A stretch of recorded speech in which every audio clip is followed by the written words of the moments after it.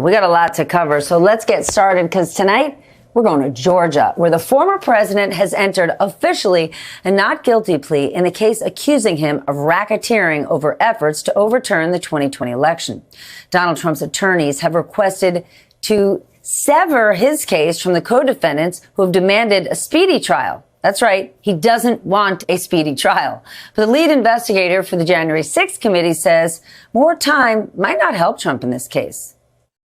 He's the leader of this conspiracy, and every single other act in that indictment is going to be ascribed to him, his knowledge of it, his affirmative support of it, with very few exceptions. So a trial against Kenneth Chesebro, a trial against Sidney Powell will involve evidence about the former president's awareness of, leadership of that conspiracy. So it is bad for him in the court of public opinion. The more this story is told, the more this evidence plays out, it's got to be unfavorable to him, both legally and politically.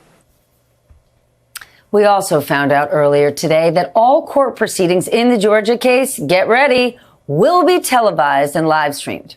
Earlier today, Governor Brian Kemp of Georgia threw cold water on Republicans in his state and their threats to try to remove DA Fani Willis from the case. I have not seen any evidence that DA Willis's actions or lack thereof warrant action by the prosecuting attorney Oversight Commission. In my mind, a special session of the General Assembly to end run around this law is not feasible and may ultimately prove to be unconstitutional. The bottom line is that in the state of Georgia, as long as I'm governor, we're going to follow the law and the Constitution, regardless of who it helps or harms politically. And reminder, he won his last election handily. But before any of his 4 criminal trials begin, Donald Trump is set to face a civil trial in October.